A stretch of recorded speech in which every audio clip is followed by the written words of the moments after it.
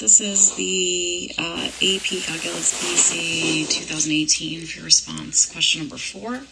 Not that different than question number 1. We have the height of a tree. H of t is in meters, t is in years. Selected values of h of t are given in the table above.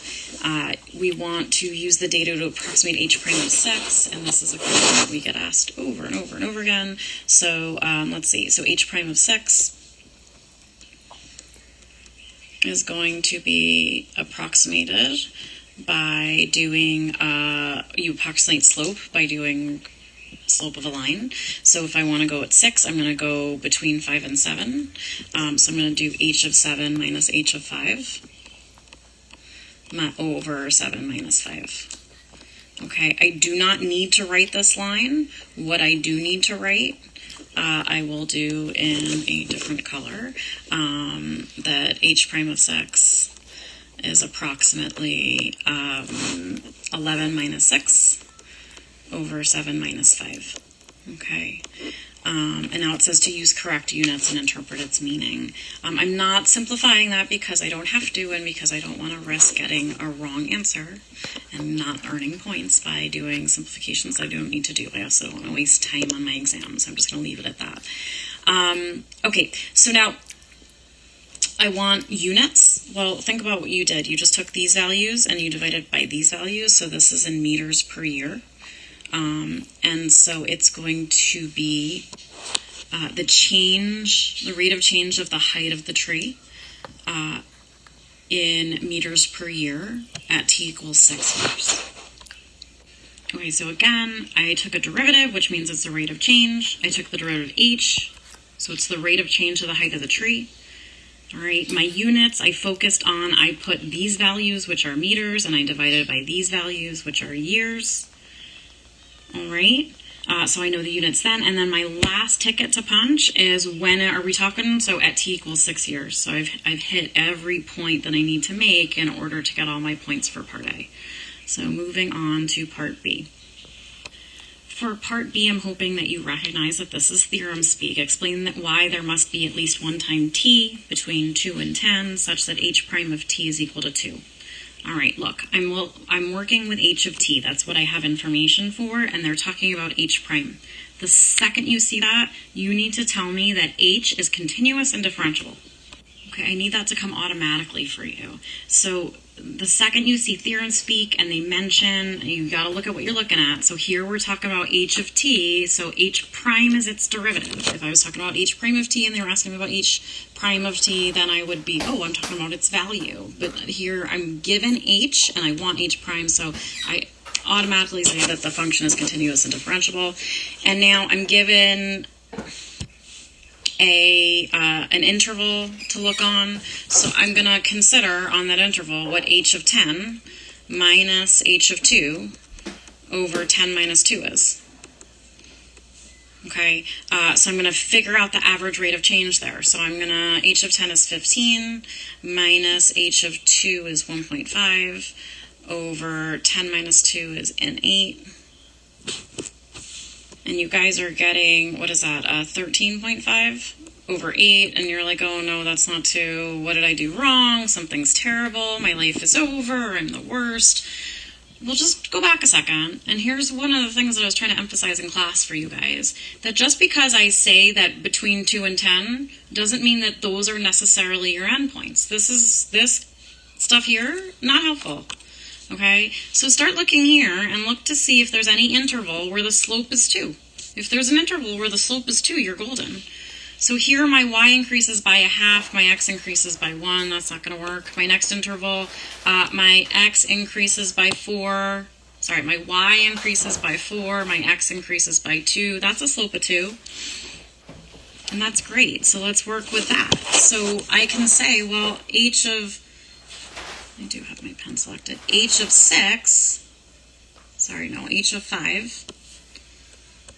minus h of 3 over 5 minus 3 That's going to be a, right? Did I do this right? 6 minus 2 over 5 minus 3. That's equal to 2. And so then I'm going to repeat what they told me. Therefore, there must be at least one time t between 2 and 10, well, specifically between 3 and 5, such that h prime equals 2. Okay?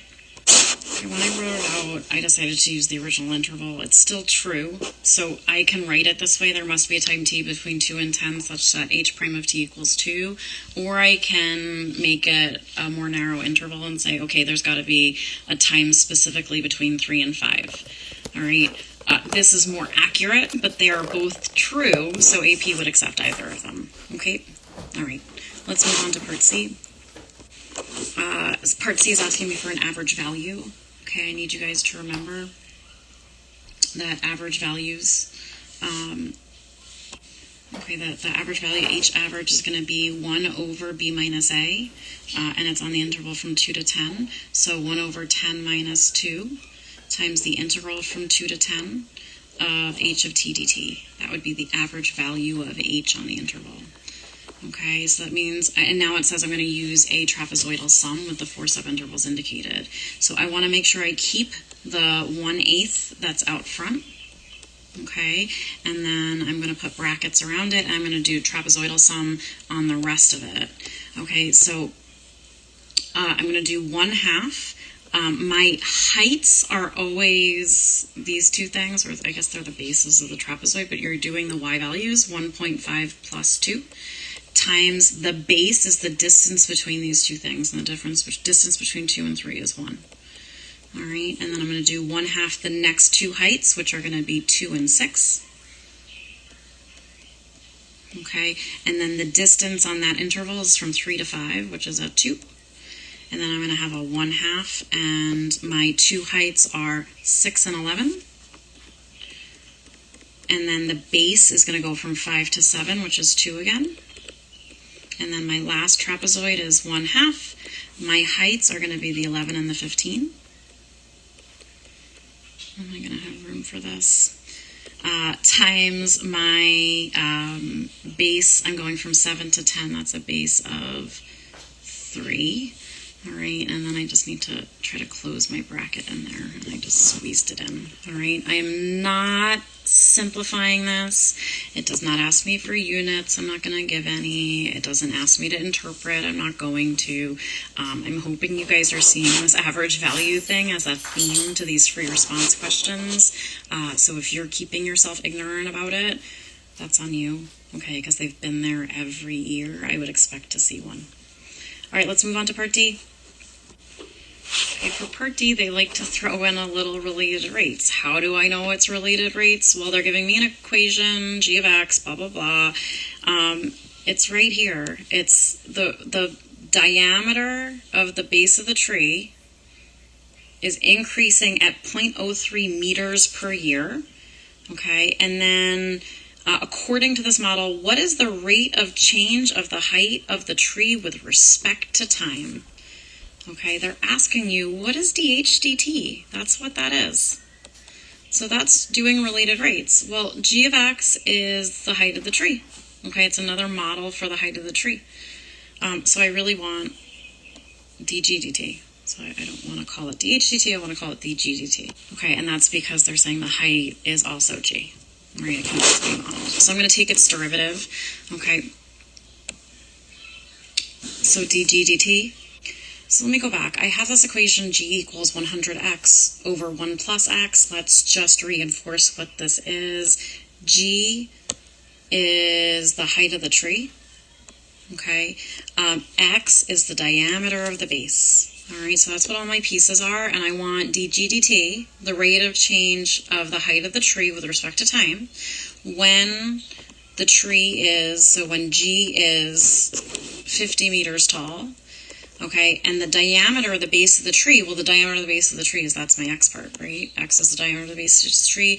So when it says the diameter of the base of the tree is increasing at this rate of 0.03 meters per year, that means that that's my dx dt. That dx dt is equal to 0.03 meters per year. Okay, so let's get back to our equation here. I'm going to take its derivative. I'm going to do it implicitly with respect to time. So the derivative of g is 1 dg dt.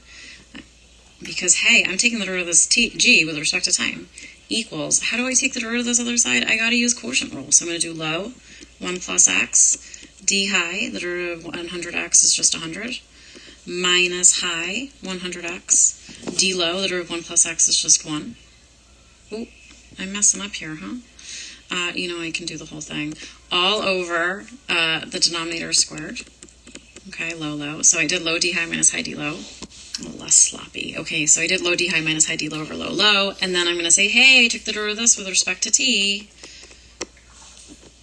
Okay. And I can do that at the very end because it's all the same variable throughout. If you put that dx dt in both here and here, it's the same thing as it having it out front. It's like I just factored it out then if you had it in both spots. Okay, so I'm going to now plug in. So dg dt is actually what I want to solve for.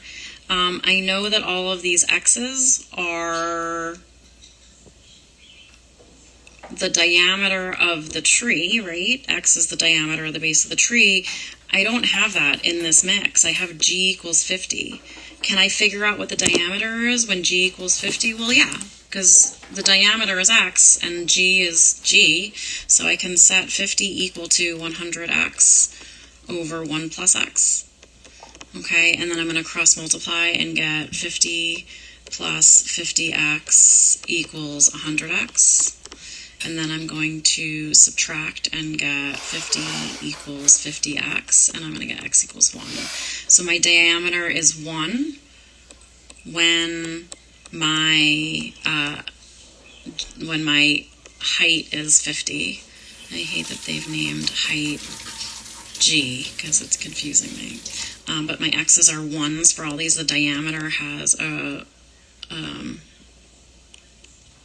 value of 1. Ooh. Okay, so I filled all the x's in with 1s, and then I'm going to multiply by this 0.03, and let me just maybe put that in parentheses. I'm walking away from this. There's no way I'm simplifying this. It's a waste of everybody's time. Okay? All right, there you go.